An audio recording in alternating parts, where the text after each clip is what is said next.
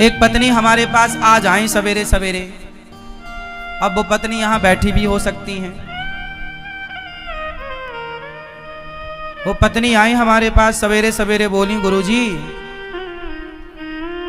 हमारा मन भगवान में लग गया है। ये तो बहुत अच्छी बात है, लेकिन हमारे पति जो हैं अभी तक उनका मन भगवान में नहीं लगा, और वो हमारे पास आते हैं और हमारे पास आकर के वो प्रेम का इजहार करते हैं।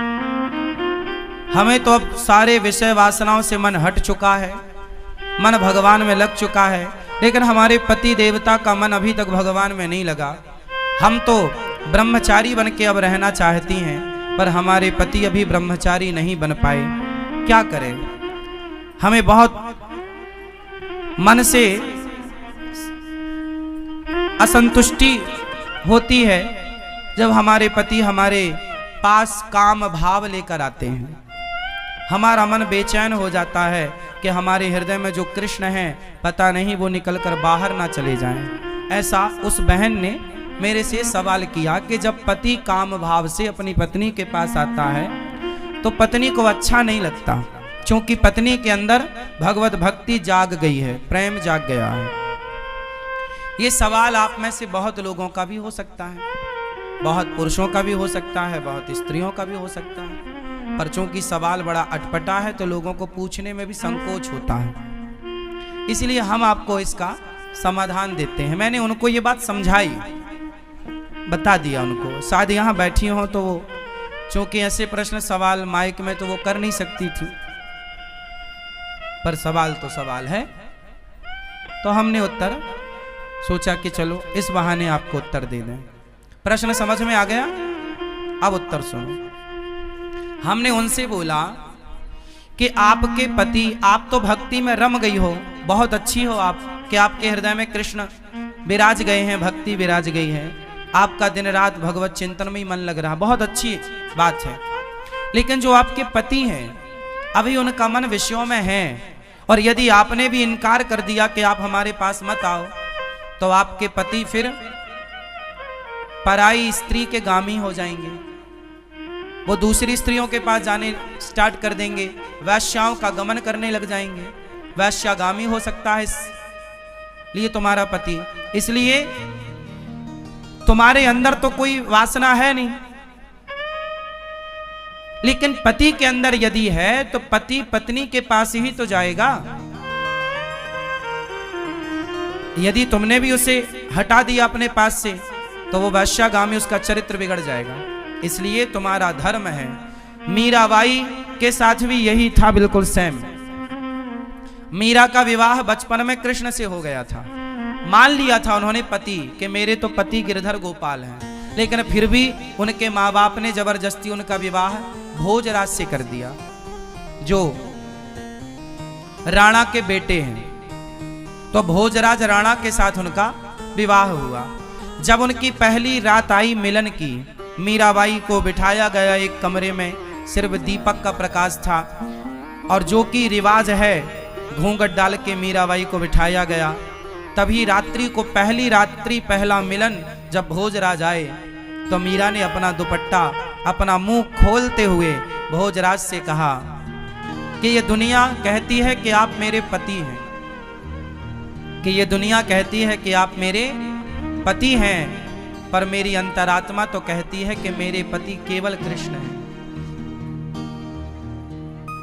लेकिन मेरे मन पर, मेरे प्राणों पर तो कृष्ण का अधिकार है, लेकिन आप व्यवहार जगत में मेरे पति बने हैं। सारी दुनिया तो यही मानती है कि आप मेरे पति हैं, कृष्ण मेरे पति हैं, ये तो केवल मैं जानती हूं। मेरे मन की बातें या मैं जानूं या वो जाने, आप तो नहीं जान पाओगे। तो मेरा मन, मेरे प्राणों पर, मेरे मन पर तो मेरे कृष्ण का अधिकार है, लेकिन आप यदि मुझे अपनी पत्नी मानते हैं तो आपके सामने मेरा शरीर है। यदि मेरे शरीर की भूख है आपको तो मेरे शरीर से आप अपनी भूख मिटा सकते हैं, मैं मना नहीं करूंगी। आप मेरे शरीर से अपनी भूख मिटा लीजिए, लेकिन मेरे मन पर, मेरे प्राणों पर तो मेरे गिरधर गोपाल का ही वश है, कब्जा है। तो इस बात से यह सिद्ध होता है कि यदि आपका पति कामुक है तो फिर आपका धर्म है कि आप अपने पति को भी धीरे धीरे सत्संग से जोड़ें, कथाओं से जोड़ें, धीरे धीरे उसके मन को भी बदलें और उसका साथ दें। आप यदि सोचेंगी कि मैं तो भक्ति में रमी हूं, अब मेरे पति जो मेरे साथ रमण करेंगे तो वो गलत है, वो गलत नहीं है। आपका धर्म है कि आप अपने पति को खुश रखें, प्रसन्न रखें, धीरे धीरे उसे भी सत्संग से जोड़कर। देखो, मन बदला जा सकता है, मन बदला जा सकता है। कैसे? सत्संग से। यदि स्त्री भक्ति करने लग गई और पति को छोड़कर चली गई तो तुम्हारा कल्याण होगा। तुम्हारा धर्म क्या है कि यदि तुम्हारे हृदय की शुद्धि हो गई है तो तुम अपने परिवार के सभी सदस्यों की, अपने पति की, अपने बच्चों की भी शुद्धि करो हृदय की, अपने भक्ति के प्रभाव से, अपने जप, अपने तप के प्रभाव से। यदि आप केवल भक्ति करने लग गई और भाग गई घर से कि अब जी तो मैं तो वृंदावन रहूंगी, मैं तो घर में नहीं रहूंगी, तो ये तो भागना हो जाएगा, ये तो रण छोड़ के भागना हो जाएगा। फिर आपका धाम में आकर के वास करना, अपने पति को छोड़कर, अपने बच्चों को छोड़कर, ये आपका धर्म नहीं है। धर्म तो ये है कि पति और बच्चों के साथ रहकर जो प्रेम आपके भीतर जागा है वही प्रेम पति और पुत्र के भीतर जागा कर उनका भी कल्याण कीजिए और उनका साथ दीजिए। और ये पति पत्नी का अधिकार होता है एक दूसरे के लिए। उस अधिकार से ना पत्नी वंचित करे पति को, ना पति वंचित करे पत्नी को। पति पत्नी दोनों आप खुश हैं, ये बहुत अच्छी बात है। ना तो पत्नी पर पुरुषगामी बने, ना तो पति पर स्त्रीगामी बने। यदि कोई पुरुष पर स्त्रीगामी है, याद रखिएगा, बहुत स्पष्टता से समझिएगा, यदि कोई पुरुष पर स्त्रीगामी है और कोई स्त्री पर पुरुषगामी है तो आप ही बताइए दोषी कौन है? उत्तर दो। यदि आपका पति पर स्त्रीगामी है, मीन्स पर स्त्री के पास रहता है, तो इसका जिम्मेदार कौन है? कौन? कौन? यदि पति पर पुरुषगामी है, पर स्त्रीगामी है, तो जिम्मेदार कौन है? और स्त्री यदि पर पुरुषगामी होगी तो जिम्मेदार कौन है? पति पत्नी ही जिम्मेदार है। इसलिए गृहस्थ जीवन में पत्नी का धर्म है। पत्नी को मोहिनी कहा जाता है। पत्नी को क्या बोला जाता है? भगवान नारायण ने 24 अवतारों में एक अवतार कौन सा लिया? मोहिनी अवतार। स्त्री, इसलिए हमारे भारत में श्रृंगार होता है। श्रृंगार किसका होता है? स्त्री का होता है, पुरुष का नहीं होता। स्त्री का ही श्रृंगार क्यों होता है? पुरुष का क्यों नहीं होता? 16 श्रृंगार स्त्री का है तो 8 संस्कार पुरुष को भी होते कि भाई तू भी कुछ लिपस्टिक लगा, तू भी कुछ तो कर। सारा श्रृंगार का स्त्रियों के पास है पूरा कार्य। पायल भी वही पहने, चूड़ी भी वही पहने, मंगलसूत्र भी वही पहने, बिछिया भी वही पहने, बिंदिया भी वही पहने, मांग भी वही भरे, काजल भी वही लगाएं। पुरुष के पास श्रृंगार नहीं है कुछ भी। हाँ या ना? बताओ, स्त्रियों को श्रृंगार क्यों दिया गया? ताकि स्त्रियां उस श्रृंगार से सुंदर दिखें और उस सुंदरता से वो केवल अपने पति को रिझाएं, सिर्फ अपने पति को रिझाएं। मोहिनी है ना, पति को इतना मोहित करो अपने पति को कि आपका पति पर स्त्रीगामी ना बनने पावे। यदि तुम्हारा पति पर स्त्रीगामी बन गया तो तुमने ठीक ठीक से श्रृंगार नहीं किया। लेकिन आजकल श्रृंगार होता तो है जमाने के लिए, पति के लिए तो कुछ नहीं है। इसलिए पड़ोसन को रोज, इसलिए जेठालाल दया को नहीं बबीता को ज्यादा देखता है।